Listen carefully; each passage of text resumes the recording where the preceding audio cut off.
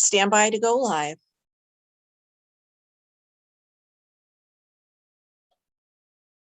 And you're live. Okay, thank you. Are we just using the audio? There's no visual tonight?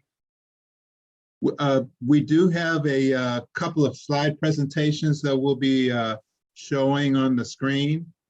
Okay. All right, so we're going to call the meeting to order at 5:30 by my watch. Is that correct? Yes, that's by my watch as well. All right, so the first thing I'd like to do is do a roll call. Marcy Costua, Here. Julian Anderson, Here. and Randall Lucas. Randall Lucas? Here. Thank you. Okay, and I am Ed Pieser, and I'm the chair of the board. And so by the bylaws, we have a quorum and we can hold our meeting tonight. The first order of business is to approve, let's see, you've got on here, identify supplemental information, if anything. There is probably a change to tonight's listing of the board members, Mike.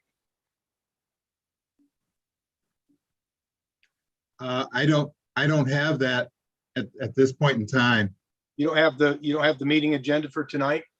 Oh, yes, I have the agenda, yes. Okay, I just wanted to point out on tonight's agenda, the first thing is probably the spelling of my name. That probably should be corrected. And the other item is that Marcy was elected the vice chair. She is a board member, but she's the vice chair. Okay. Okay, thank you. We'll make those corrections. Second item we've got on the agenda is the minutes from the February 20th, 2020 meeting. Has everyone had an opportunity to review those minutes?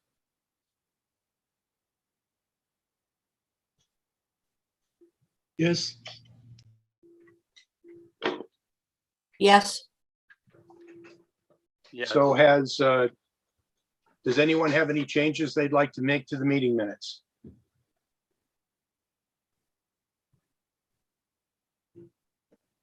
I do not. And who's this speaking? Julian Anderson. Julian, what changes do you have for last year's meeting? I do not have any changes. Oh, I'm sorry. I couldn't hear you. So without any changes to the meeting, do I have a motion to approve? I so move. This is Marcy Costiva. Do I have a second? Julian Anderson, so seconded. All those in favor? Aye. Aye. Aye. And I as well. So motion is approved, and the board meeting minutes of February 20th, 2020 have been approved and accepted.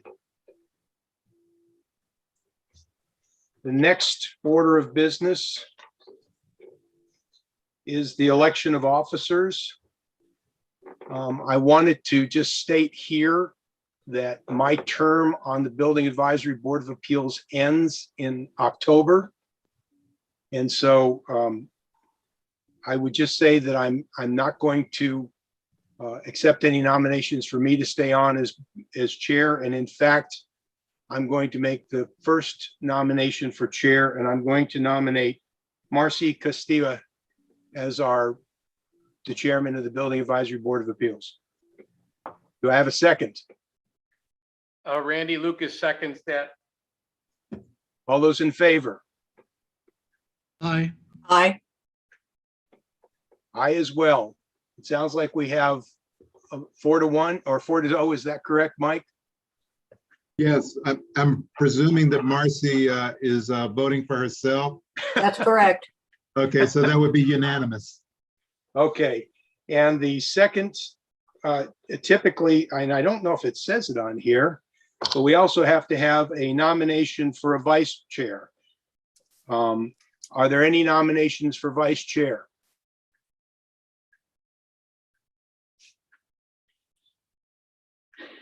Well, if no one's going to speak up, I would nominate Julian Anderson as our vice chair. Is there a second? I so move. All those in favor? Aye. Aye. Aye. Is there a fourth? Well, Mr. Chairman, with respect, I think somebody had been on the committee a little longer, or on the board, sorry, a little longer than I have been would be more appropriate. And that's fine with me. Are you nominating Randall Lucas for vice chair? Well, you can't nominate me because this is my first meeting. Then It I'm sounds like leaving he's, in October, and Marcy is our chair, and Julian, I was thinking that you were the next longest person on the board. Right. On the basis that this is my second meeting, I guess, Mr. Chairman. sounds like you have You were at the seniority. meeting. You were at the meeting last year, so you've been on the board for at least a year. So I will stand by my nomination of you as vice chair. No objection, Mr. Chairman. We have a second, and I believe we have a vote of 4-0. Is that correct? Correct. Then the motion carries. Congratulations, Julian. Marcy, officially as the chair at this point, you need to take over the meeting.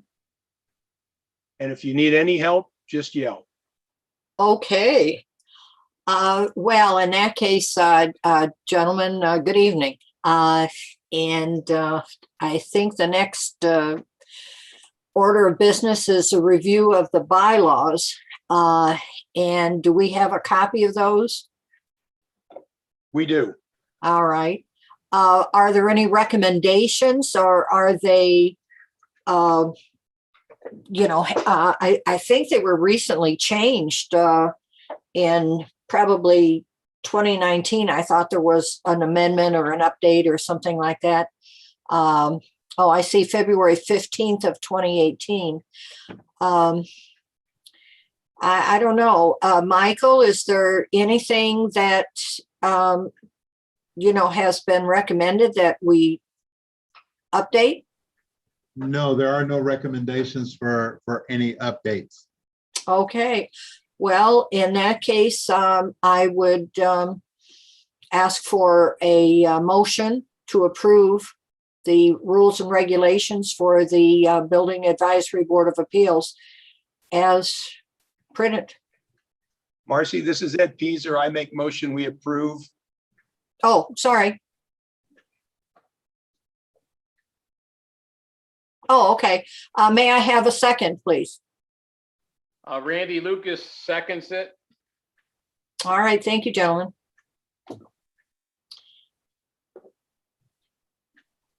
We need a vote. Okay. Everyone in favor, please say aye. Aye. Aye. Aye. Okay, that's 4. No nays? Okay, good. The motion is passed.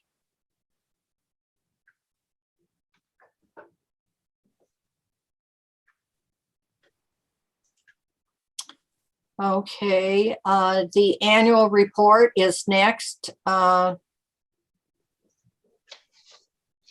right, we have done the election of officer, review the bylaws. Ed is present, Marcy is present, Warren is not, Julian is, and Lucas Randall is not, because his doesn't did not begin until October the 20th. We have no subcommittees. I have not seen if all the ethics training has been received. Michael, do you know that? It's my understanding that everyone has completed all of their paperwork and ethics training. Okay, should we ask everybody if they have, sent it in to Lorraine? Yeah, that's fine. Okay.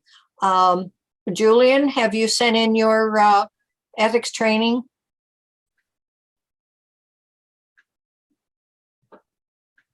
Julia needs to unmute.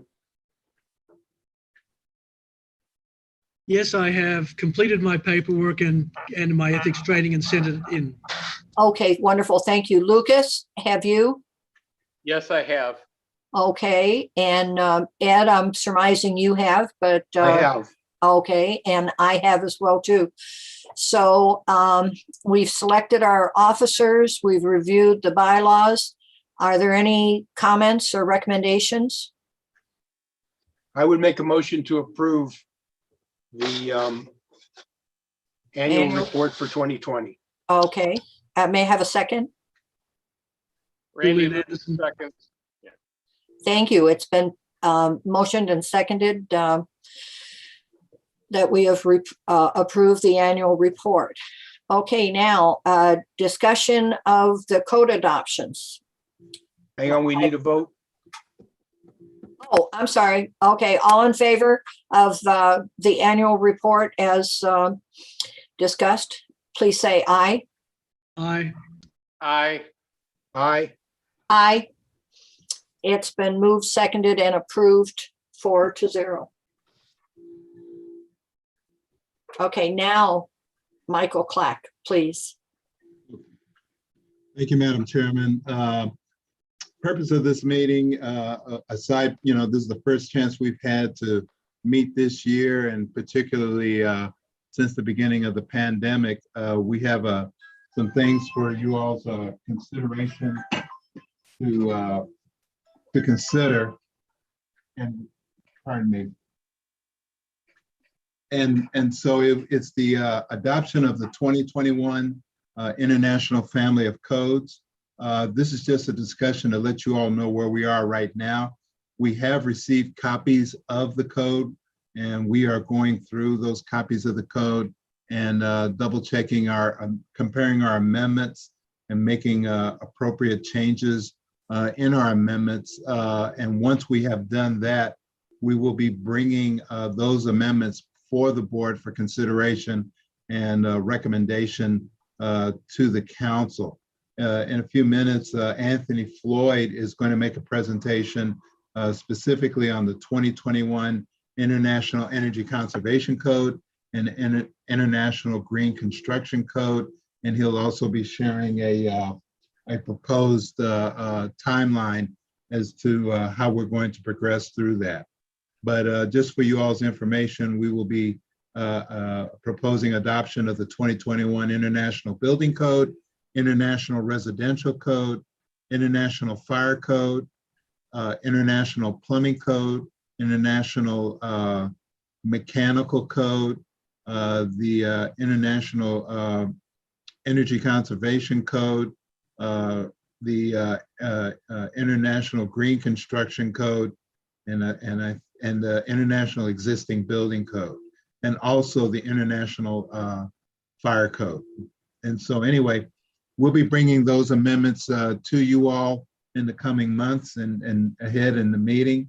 And are there any questions regarding that? I don't have anything to share with you today, but at our next meeting, and we do intend to have a meeting next month, I'll be prepared to share those amendments with you all. Okay, thank you, Michael. Does anyone have any questions? Not at this time. Okay, So with that, with your permission, with the chair's permission, I'd like to turn over the presentation of the Energy Conservation Code and Green Construction Code over to Anthony Floyd. Great. Thank you, Michael, and thank you, Madam Chair. Actually, I did have a slide that showed the schedule. Bronte, can I share my screen? Go ahead. You can just go ahead and start sharing. If you click at the little arrow at the bottom, you should be able to start sharing your screen. Do you see it now? I don't see it. No. You'll have to double click on the specific screen icon that you want to share. Okay, looks like we got it.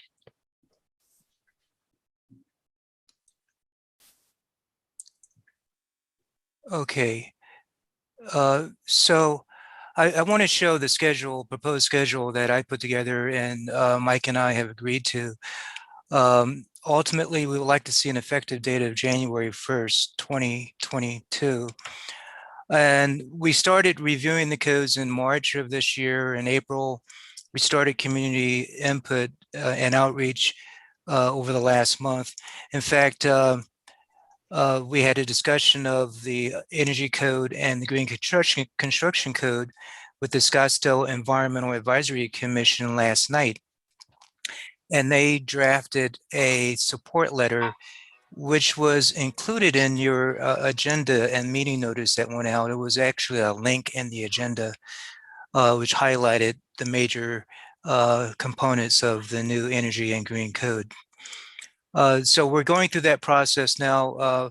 We hope to be done with the boards and commissions, the Environmental Advisory Commission, as well as the Building Advisory Board as we go through the summer, and ultimately get to council by November. And in the meantime, through the course of the summer and early fall, we want to do some outreach with the industry and get endorsements from the American Institute of Architects, the Central Arizona Home Builders Association, and other groups out there. And in regards to the energy code and green code, I've started some outreach already. In fact, I reached out to SRP, particularly related to the energy code and some provisions that I'll discuss briefly tonight. But we will reach out to other organizations and groups as well. So are there any questions on the actual schedule here? Okay, if not. Thank you. Okay, so I'm Anthony Floyd. As we indicated earlier, I'm the Green Building Program Manager, and I also serve as the Energy Code Specialist. So I work with the building department on the energy and green construction code. The city of Scottsdale adopted the International Green Construction Code beginning in 2012 and again in 2015. And up to this date, it's always been a voluntary code and mandatory upon granting of zoning bonuses. So we do have quite a few projects that are required to follow the Green Construction Code right now. That's including many downtown projects, hotels, multifamily, Papago Plaza area, also up at Scottsdale Quarter, a number of buildings. So we're getting a lot of projects under our belt. There's been interest in making this mandatory for all buildings in the future with the adoption of the 2021 code. So I want to show you the highlights of some of those requirements for both the energy as well as the green construction code. So I'm going to give you an overview of what you see on this slide related to the IECC. I'm going to talk about solar zones, which is something new in the energy code, as well as EV ready and capable charging infrastructure, and then a few things about water, IEQ, and material resources. Just to give you some background, the International Energy Conservation Code, the first edition came out in the late 90s. The first edition we adopted was in 2003. But if you go back in time to 1977, there's been a long road on improving energy standards through ASHRAE, the Technical Ventilation Air Conditioning Association, as well as the legacy code organizations. There used to be a model energy code, which was produced, and some jurisdictions adopted. Scottsdale never adopted the model energy code through the course of the 80s and 90s. But we did adopt the International Energy Conservation Code when that became available in 2000, but we adopted it in 2003. And since that time, many jurisdictions around the country, the majority of jurisdictions at the state, county, local level, have adopted the IECC. And every edition, this energy code gets more rigorous and saves more energy and reduce energy costs. And that's what this chart shows you. Going back to the 2006 IECC up to the 2018. And so over the course of that time, we're seeing, particularly if you go back beyond the 90s, a 50% improvement in reduced energy use of new buildings that are being designed and constructed. And if we continue on this trajectory, we will get to net zero energy. The dashed line is going down to the lower right-hand corner, meaning that we reduce the energy consumption so much that we could rely on solar energy, have very minimal solar in order to operate buildings. And that's the trajectory that the IECC is moving in. And so we skipped the 2015 code, the 2018 code adoption. So we're a little behind, but we will definitely catch up by adopting the 2021. So just a few changes that are in the 2021. Overall, it's about 10% more energy efficient than the 2018 IECC, which we happened to skip because we were still in the 2015. So it could be anywhere from 10, roughly 15% more energy efficiency. And there's been improvements in the thermal envelope, mechanical cooling systems, lighting systems. At least for residential, what you will see for lighting controls is either dimmers or motion sensors, with the exception of bathrooms. And there's one or two other exceptions in there. This is brand new in the 2021. So both the residential and the commercial provisions have been expanded for lighting, for controls, also for efficiency of mechanical systems, and also built-in flexibility to give the developer options to take different compliance paths. So I want to highlight a few areas in the energy code.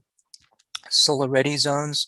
This was something new that came out in the 2015 energy code, and we did adopt this under the 2015 code, so it's not new to us. The solar ready zone just means you need to designate a minimum amount of area on the roof that's free and clear of any obstructions, including free of mechanical equipment or plumbing vents or exhaust fan hoods or outlets. So in the future, if a homeowner wants to install solar, that the roof area would be there, including a designated raceway and ample breaker space in the service entrance section or the service panel. What's new and what became new in the 2018 code was solar ready zones for commercial buildings. And that carries on into the 2021, and that's something that will be new for us to adopt, that we're recommending to adopt. And for commercials, it's 40% of horizontally projected roof area, a little bit different than residential, which is 400 square feet, 300 to 400 square feet. This will be 40%. And it only applies to buildings that are 5 stories or less. That's new. This is just a diagram of what we see. We've been doing this since we adopted it in 2015 for residential, at least for the residential solar ready zones. And this is the type of information we're getting on the roof plan. And we're seeing a documented increase in the installation of solar. It's mostly post-occupancy on existing buildings. It's been a significant increase since we started tracking this back in the early 2000s. Every year, the trend is going up. And it's primarily for photovoltaics. We used to see more solar hot water systems, but that has tapered off. It's mostly photovoltaics. So as cost goes down, we're going to see even more demand in the future. And it makes it easier for the homeowner by having the solar ready zone already designated on the roof. That way they have the free, clear space to install the panels. So it's sort of like future proofing by having this provision in the code. Another new provision, and this is something that I don't want to go into too much details, but this was approved by the membership of ICC for the EV ready infrastructure for future charging. So this provision is not requiring a EV charger to be installed. It only requires that you have the infrastructure, basically a raceway and a breaker. And that's what EV ready means. It means that you have the capacity in your electrical service, you provided a dedicated circuit with also the conductors that runs into a box in the garage. is no different than a 240 volt for your dryer outlet. That's what this would require. And then it's up to the homeowner to actually put a charging device in there if they are ready to charge their vehicle or start charging their vehicle by purchasing an EV. And then we also created provisions for multifamily and also for new commercial buildings. I just threw this slide in here to show level 1, level 2, level 3. We're looking at level 2 for charging in residential and commercial for that case. Level 2 is 240 volts. Level 1 is 120 volts. So that's the difference between level 1 and level 2. Level 3, you will never see in a building. It requires 480 volts. So it would never be in residential. Usually you'll see that along roadways for fast charging. And I wanted to show a few projections of the EV market share, how it's going up. On the far right is 2030 is showing different markets, US, Europe, China, global sales, significant increases as we approach 2030. And this diagram chart shows that the automobile manufacturers who are releasing new EV models in the coming years all the way through 2030. And so the market will be saturated with electric vehicles as we move into 2030.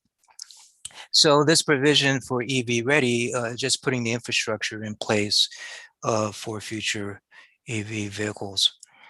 Another new provision is electric ready appliances and equipment.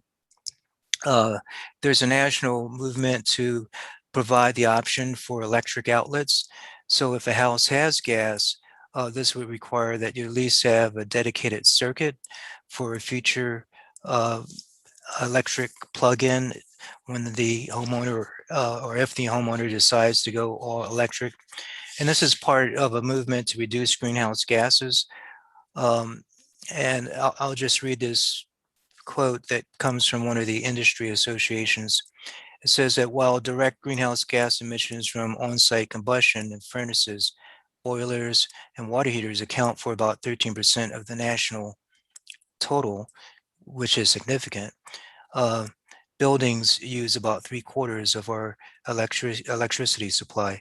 So certainly electricity has more impact on greenhouse gases, but on-site gas consumption from gas water heaters, boilers, dryers also contribute about 13% to our national total greenhouse gas. So this is once again future-proofing by providing the capability to switch. If someone is on gas now, in the future, they can go to electric by having the outlets there. And then energy audits. This is something that Michael Clack and I discussed. We were considering, and I also talked to SRP about this. We considered perhaps making a mandatory requirement for at least an energy audit anytime a building is remodeled or altered. But we decided that it would be too problematic to determine the extent or scope of the alteration, which would trigger the energy audit. But it is something we want to encourage because there's a significant housing stock or building stock in general out there that we're not touching. All new construction with the energy code will really significantly decrease the amount of greenhouse gases and improve energy efficiency. But what about the existing buildings? That's very important. So it's something we want to encourage. And we know that utility companies, SRP, APS offer programs. We also know that there's possibly some federal programs coming down the pipe through the new Department of Energy and to President Biden. There are at least projected some grants and funding available to help improve the existing building stock. So this is something we feel that will help move the needle towards more energy efficient existing buildings. In regards to the Green Construction Code, this is something we made an amendment with the 2015 codes, the IPC plumbing code, to require high efficiency plumbing fixtures, which are basically water sense label fixtures. And it's something that we've been doing since 2017 when we adopted the 2015 code. For instance, the water closets, instead of 1.6 gallons per flush, is 1.28. And this is all a standard through the National Water Sense Program through EPA. So we want to continue with those standards for the 1.28 gallons per flush for toilets, 0.5 gallons for urinals, and so forth and so on, because we haven't had any issues or problems with this over the last 4 years. So we're going to continue that with the amendment in our plumbing code, which is also in sync with the Green Construction Code. What will be new is the bottom one, the water bottle filling stations. This is out of the new Green Construction Code. Water bottle filling stations provided for 50% of all drinking fountains. So either a combined water fountain with the water bottle filler or a dedicated water bottle filler, as long as 50% of all the drinking fountains have that capability. So this is something new that we're proposing as part of the International Green Construction Code. And then for indoor air quality, this has been a standard for green building program projects for the last 20 years, is to do low VOC paints, adhesives, sealants. It isn't anything new. All the major manufacturers have re-geared to provide, particularly paints, to provide low VOC content in their products. And so the industry is already there. This really isn't a hardship for the industry for these components here, including flooring and acoustical ceiling tile. For material resources, this is out of the Green Construction Code again. We've been doing this through our green building program, as well as the Green Construction Code for zoning bonuses. And that is to divert not less than 50% of construction waste from landfill. We've been quite successful, and we've really gotten the routine down on this. So I think this will not be an issue for all new construction. Also, recycling trash pull-out bins and kitchen cabinets. This is something we've seen as a standard in most houses these days, particularly over the last 20 years. And so this is something that would be required as a part of dwelling units, as a part of the Green Construction Code. For multifamily, recycling and trash chutes, this is what we're seeing as being standard construction. All the multifamily going in above 3 stories have both trash and recycling chutes. It's something that's more efficient for them to separate their waste from their recyclables and have separate containers. It's more efficient use of their space as well. So that's something that we'll be codifying as part of the Green Construction Code for all new multifamily projects. And then finally, for recycling collection for mail rooms, break rooms, common kitchen areas, I was just out on the job site at one of the new multifamily apartments near downtown. And this is something standard in any mail room. They have a collection for all the junk mail. And in the break rooms and the clubhouse kitchenettes. And so it's not really a hardship. And we've worked with our solid waste department. This is something that they're supporting as well to really enhance our recycling program as the recycling market builds back up again. There was a lull and low period because of the Chinese not accepting our waste, but that's been resolved and we're doing it more domestically now, relying on our own resources. And then finally, I believe just about to the end here is materials and resources. We have always promoted as part of green building, recycled content materials, locally sourced materials that are within 500 miles, or wood that's sustainably certified. And so we're finding that on most new construction, particularly multifamily and over 3 stories, usually there's going to be some non-combustible construction. particularly concrete, steel, and that always has a recycled content in it. The wood doesn't always have the certification, but all of the new projects that are going up in Scottsdale has certified wood. And there's SFI, Sustainable Forest Initiative, and the Forest Stewardship Council, FSC. And these are readily available. I know these days wood is, the cost of wood is high everywhere regardless. And that's because of the big demand in construction materials, and wood is more affected by that market. But in this last slide, I'm showing you the share of certified forest and wood that's available. And the color codes just shows the type of certification. The dark green, the light green is showing various certifications. The blue is none, and the yellow is unknown. But you can see the bulk of the industry has certified wood. And by certified, that means that it's from a biodiverse forest. It's not clear cutting, it's maintaining the biodiversity. And so it has a lot of environmental benefits. And this is something that's always been a part of green building. And that's a part of the green construction code that we're adopting. We invited Sharon Bonesteel to join us in this meeting in case she can help provide some light, particularly on the subject of electric vehicles, because the utility companies are providing incentives as well to reduce any extra costs of installing the pre-wiring and the EV-ready infrastructure.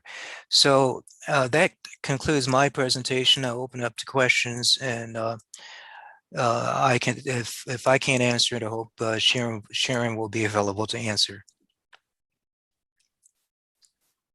Thank you, Anthony. Does anyone have any questions?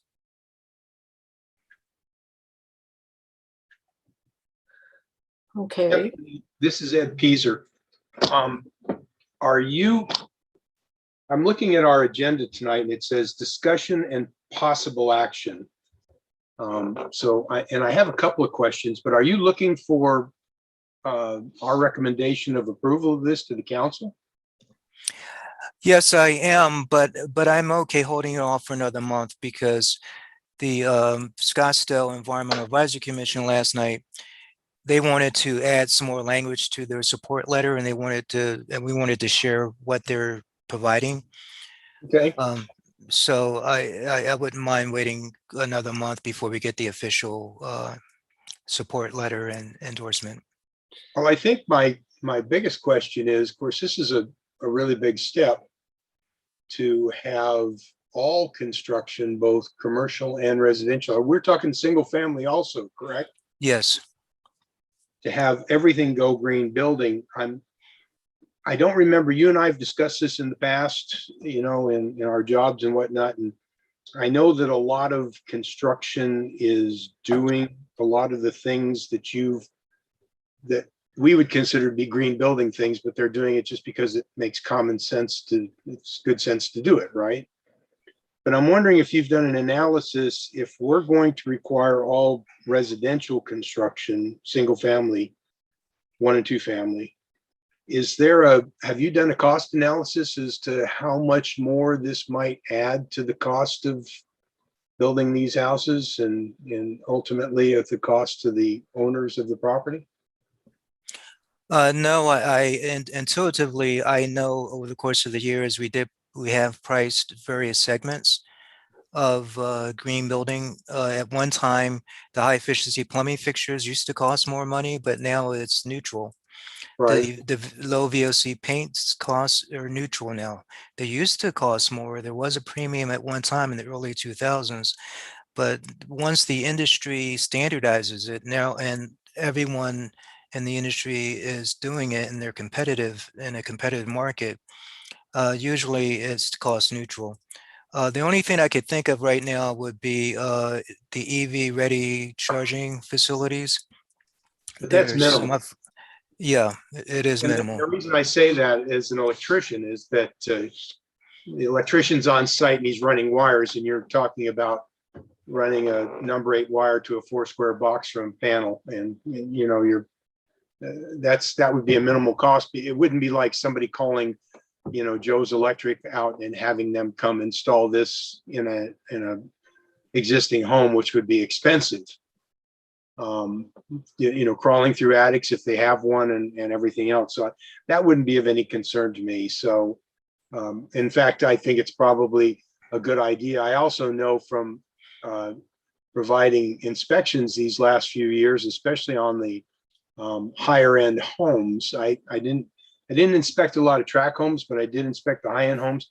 If the house had gas, they always installed a 30 amp receptacle right next to the gas line, so that the owner had the option for an electric dryer or a gas dryer.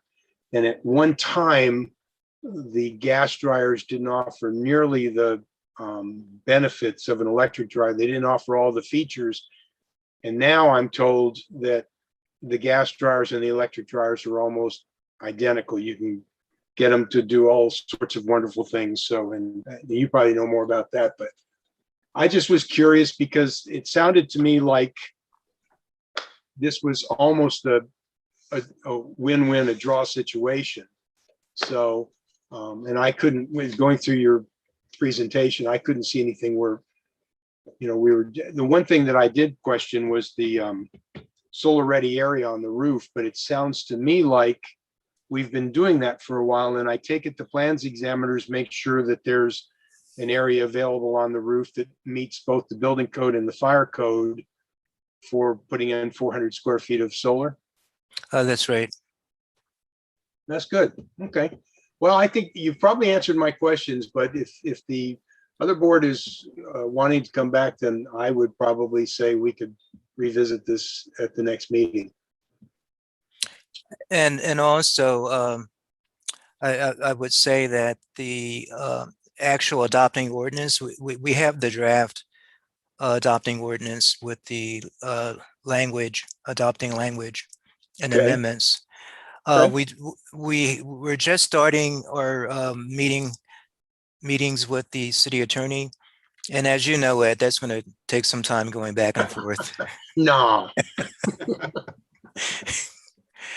I always So, love that. So, well, Anthony, let me ask you this. Then, and Michael, you might want to chime in here too. So over the next few months, typically we made presentations where we had one meeting where we simply asked for the recommendation.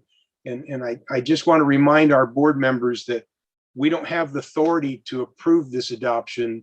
We're only a board. The only board that has that authority is the council. So when we make our recommendations, it's going to be that we're going to recommend to the council that they approve and adopt the code with the amendments. But do you want to do this, you know, one at a time, or do you want to try to spend the next few months making presentations and just doing it all at one time? Is it easier to do it all at one time somewhere around September, October?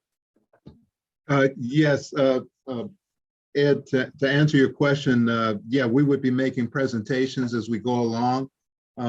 And ultimately, I would like to have the motion around the beginning of November or so, latter part of October. It just depends on, you know, how, you know, if there are things that we need to go back and correct, or somebody brings up some things, we might have to address them again. But I think as we go through, unless the board feels comfortable at that time, of course, you could go ahead and make the recommendation. But we would, you know, I'm fluid as to whether or not we want to hold off at the end or make those recommendations as we go along. You know, I think it probably is 6 of one, half dozen the other. That's why I was asking the question, because I mean, my limited memory, we always tried to do it at one meeting. That way, if there was anything that did come up regarding a code, we could go back and make a change, and that we hadn't already made our for approval.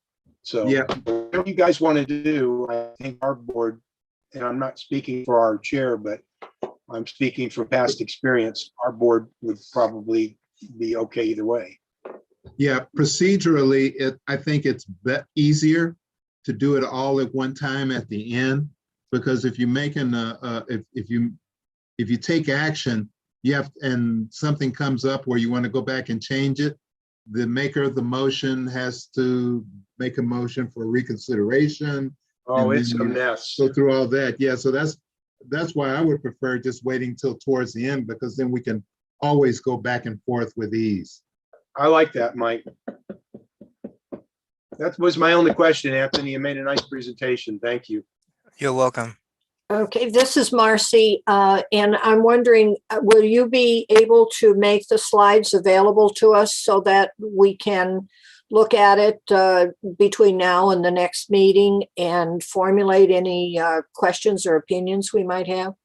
Yes, I'm not sure which format or media we'll use. Maybe we can create a PDF and just send each board member a copy. Sure. Yeah, that would be fine. I think maybe most people have Microsoft PowerPoint, and it may not be that you have to do anything special for us. We can find out. Does everybody have PowerPoint Yes. on the computer? Yes, Madam Chair. I heard one. How many? I do, Madam Chair. Okay. Yes, Anybody else? Okay, that's two. I do. That's three. Who's the holdout?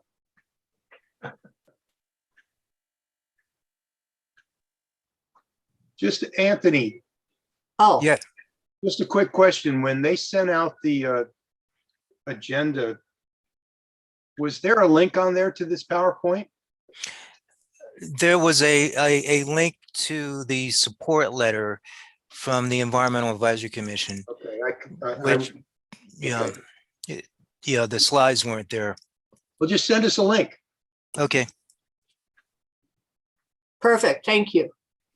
Madam Chair, I have a question for Mr. Floyd, if that's okay. Yes, proceed. This is Julian Anderson. Anthony, I wonder if you could give us an idea of whether adopting these codes or these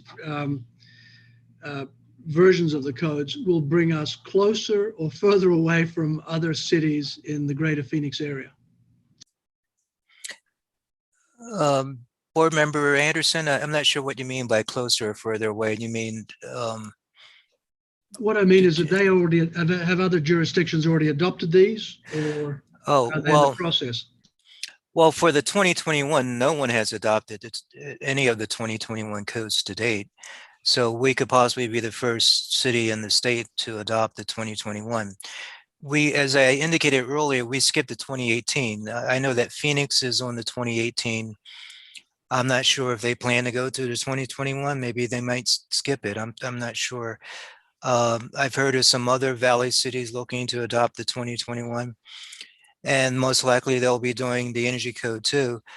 Some cities have adopted the International Green Construction Code, but it's been a voluntary code for them, including Phoenix. The Green Construction Code has been voluntary for the last, I think, since they adopted the 2015, or the 2012 actually. And then there are a few other jurisdictions that have adopted it as a voluntary code. But for 2021, we would be the first one at this point, and particularly making it mandatory. Currently, right now, we're the only city in the state that requires it as mandatory in conjunction with zoning bonuses. So we're already different. And then adopting 2021, we would be the first city to adopt the 2021 codes. I did hear that also the city of Austin is getting close to adopting the 2021 this summer sometime. Thanks very much. It's not a concern to me. It was just really just information. Thank you. Okay, do we have any other questions, or do we have any questions for, was it Sharon? I'd like to speak if Sure. Madam Chair will recognize me. Yes, Sharon, by all means, welcome. Thank you very much. Sharon Bonesteel, Salt River Project.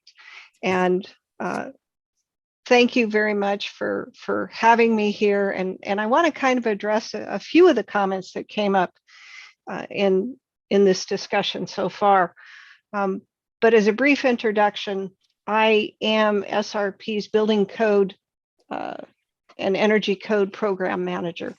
So I work with all the jurisdictions across the valley, helping them understand the advantages of adopting the most recent editions of the building and life safety codes. One of the things I do as a part of that is sponsor training and in these new codes. I can tell you we have already been doing training on the 2021 energy code and training on the 2020 electrical code, which marries up with the 2021 building codes. So we have electrical inspectors already getting trained to the 2020. We have building inspectors already getting trained to the 2021 fire code as it relates to energy storage systems and energy storage safety. It is not only a good idea to move the most recent codes, but it's also to your advantage. SRP has rebate programs, and our rebate program is not to finance programs, it is to move the industry. So if you are the early adopters of the codes, you get the advantage of our rebates helping for contractors and developers to comply with the adopted codes. And we don't keep those around when everybody has adopted the code. We're looking to move the market. So being an early adopter is to your advantage and to the advantage of the builders within the city of Scottsdale. I think we certainly are in support of EV Ready.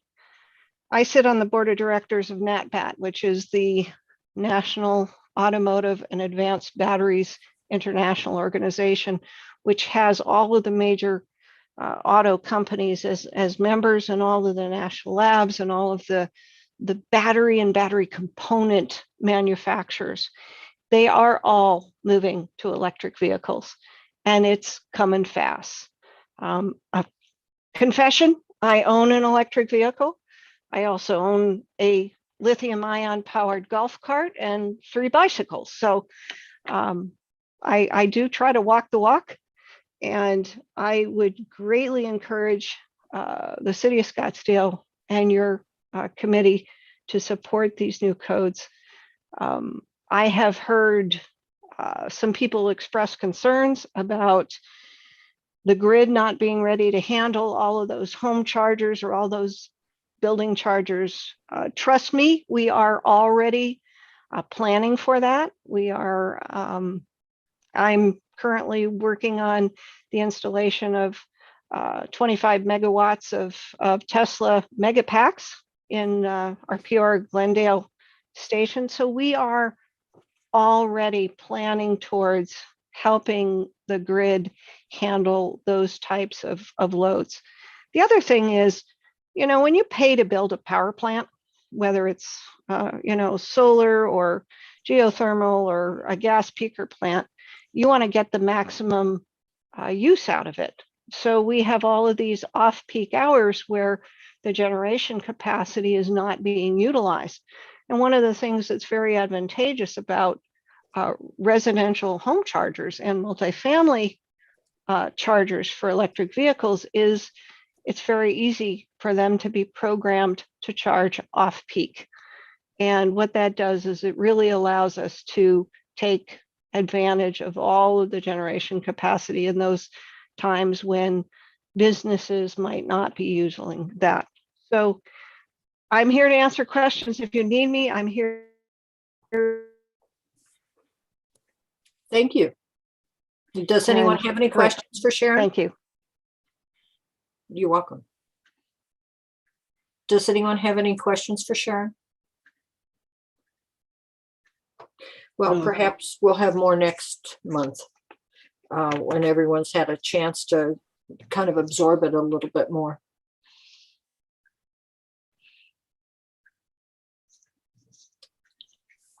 Well, thank you. Ed, do you think that this ends our meeting for today? Since this is a virtual meeting, do we have an audience at all that is streaming in on this meeting? This is being broadcast via YouTube, yes. So any member of the public can potentially be watching right now. However, they cannot communicate with us. Okay, well, I just didn't know because typically at the end of most meetings, we would ask if there was anyone in an audience that wanted to speak, give an opportunity. But if there is none, then I would make a motion that we adjourn. Okay, it's been moved. May I have a second, please? That we adjourn? Seconded, Julian Anderson. Okay, thank you. It's been moved and seconded. May we have a vote, please? All in favor, say aye. Aye. Aye. Aye. Aye. Okay, we are adjourned. Thank you. Thank you, Madam Chair. Thank you, everyone. Thank Thank you, you. our presenters, Anthony and Sharon. We appreciate it. And Michael, always, we appreciate your being here as well, too. Thank you, And- folks. And thank you to the committee. I know it takes personal time to work on these committees, having been on them before. So thank you to the committee.